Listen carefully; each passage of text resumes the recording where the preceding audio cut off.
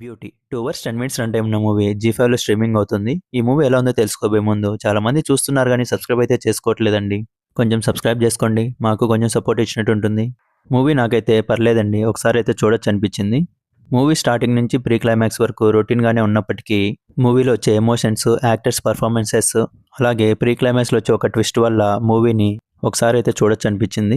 Story విషయానికి వస్తే Narayana alias Naresh ఒక క్యాబ్ డ్రైవర్గా పనిచేస్తూ తన కుటుంబాన్ని పోషిస్తూ ఉంటాడు. తన కూతురు అలేఖ్య అంటే తనకి ఎంతో ఇష్టం. తను అడిగింది కాదనకుండా కొనిస్తూ ఉంటాడు. ఇంటర్ చదివే అలేఖ్యకి అనుకోకుండా ఒక పెట్ ట్రైనర్ అర్జున్ అలియాస్ అంకిత్తో పరిచయం ఏర్పడుతుంది.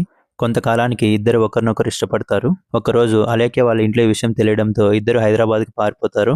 వీళ్ళిద్దరిని వెతుక్కుంటూ నారాయణ కూడా హైదరాబాద్కి వెళ్తాడు.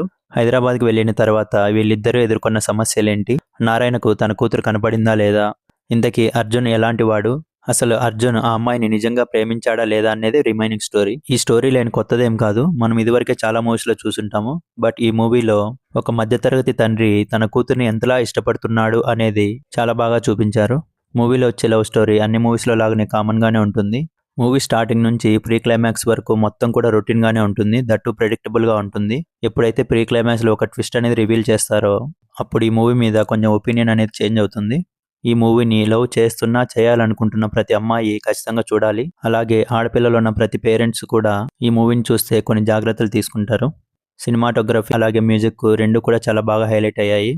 పర్ఫార్మెన్సెస్ విషయానికి వస్తే మెయిన్ లీడ్గా చేసిన హీరో హీరోయిన్ అలాగే హీరోయిన్ పేరెంట్స్గా చేసిన నరేష్ గారు అండ్ వాసుకి గారు వీళ్ళు నలుగురు చాలా బాగా చేశారు.